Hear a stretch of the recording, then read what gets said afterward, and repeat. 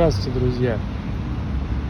Печаль и тоска сегодня щемит мою душу. Вот пришел ко мне выражение, наверное, этой пульсации вот такой музыкальный поток, такой кусочек. И мне бы очень хотелось сыграть его гораздо лучше, гораздо детализированнее, четче. Много раз я пытался сегодня.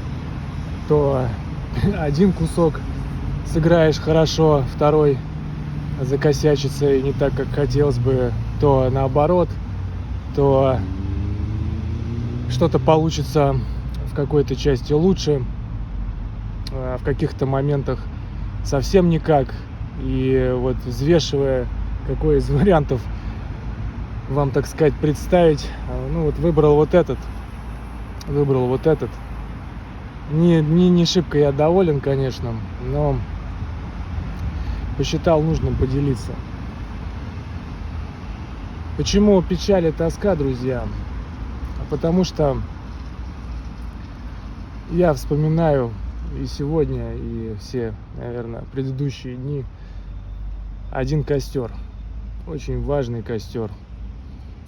Я вспоминаю тех, кто много раз сиживал вокруг этого костра, и я всей душой своей ощущаю, понимая, насколько я соскучился и по этому костру, и по тем, кто всегда собирался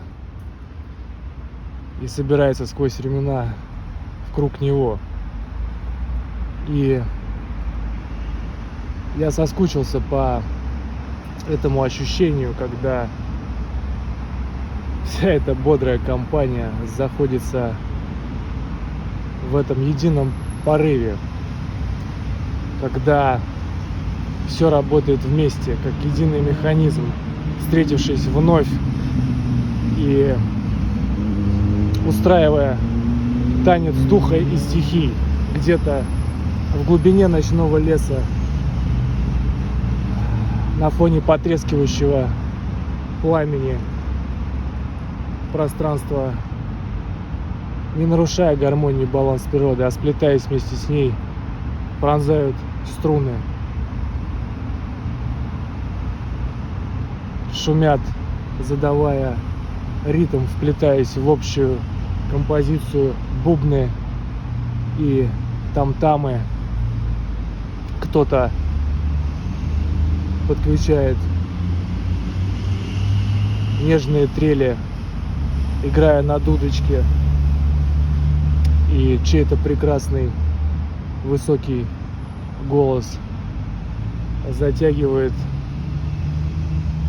эту древнюю песнь.